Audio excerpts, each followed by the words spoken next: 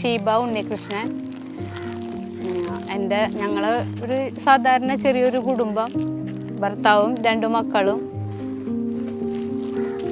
പിന്നെ ഭർത്താവും മത്സ്യത്തൊഴിലാളിയാണ്.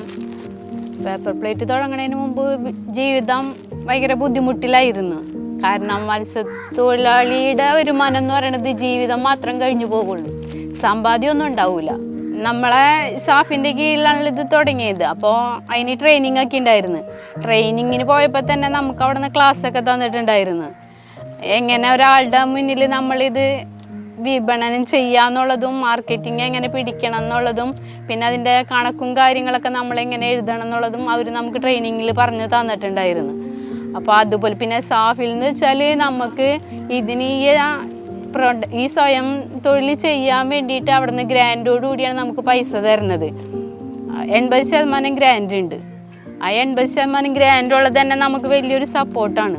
അത് കഴിഞ്ഞാൽ പിന്നെ അവർ നമുക്ക് നമ്മളെ നല്ല പ്രവർത്തനം ആണെന്നുണ്ടെങ്കിൽ അവർ നമുക്ക് ടെക്നോളജി ഫണ്ട് തരുന്നുണ്ട്, റിവോൾവിംഗ് ഫണ്ട് തരുന്നുണ്ട്. ഇതൊക്കെ നല്ല പ്രവർത്തനം ചെയ്യണവർക്ക് മാത്രമേ ഉള്ളൂ. അല്ല ഇത് നമ്മൾ ശ്രമിച്ചാൽ മാത്രം കിട്ടുള്ളൂ. നേരിടേണ്ടി വന്നതെന്ന് വെച്ചാൽ നമ്മൾ ഈ പ്ലേറ്റിൻ്റെ ബിസിനസ് തുടങ്ങിയിട്ട് സ്റ്റാർട്ടിങ്ങിൽ തന്നെ നമ്മൾ കടകളിലേക്കാണ് സെയിൽ ചെയ്തിരുന്നത്. അപ്പം നമ്മൾ കടകളിൽ കൊണ്ടുപോയി ചെല്ലുമ്പോൾ അവരതിനൊരു വിലയും കൽപ്പിക്കാറില്ല. പക്ഷെ എന്നാലും നമ്മൾ പൈസ കിട്ടിയിട്ടല്ല, നിങ്ങൾ വെച്ച് നോക്ക് എന്ന് പറഞ്ഞു കേട്ട് ഞങ്ങൾ വെച്ച് പോന്നിട്ടുണ്ട്. പക്ഷെ വെച്ച് കുറച്ച് നാൾ കഴിഞ്ഞപ്പോൾ അവർക്ക് മനസ്സിലായി ഞങ്ങളെ പ്ലേറ്റ് നല്ല ഫിനിഷിങ് ഉള്ള പ്ലേറ്റാണ് എന്നുള്ളത്. അതുകൊണ്ട് പിന്നെ അവർ എടുത്തു തുടങ്ങി പ്ലേറ്റ് ഞങ്ങളെ കയ്യിൽ നിന്ന്.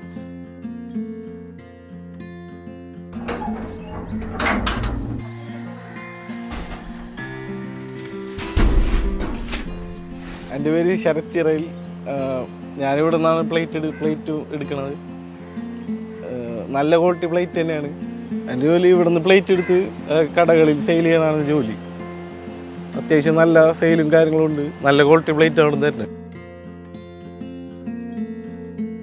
നമ്മളെന്ന് വെച്ചാൽ ഇത് തുടങ്ങിയിട്ട് നമുക്ക് ഈ സംരംഭം ഇത്രയും വിജയമാക്കാൻ പറ്റിയെന്ന് പറയുന്നത് തന്നെ ഒരു വലിയ കാര്യമാണ്. കാരണം പലരും ചെയ്തു പോയിട്ടുണ്ടെങ്കിലും അത് വിജയിച്ചെടുക്കാൻ പറ്റാറില്ല. നമുക്ക് വിജയിപ്പിച്ചെടുക്കാൻ പറ്റിയെന്നുള്ളത് തന്നെ വലിയ അഭിമാനമല്ലേ.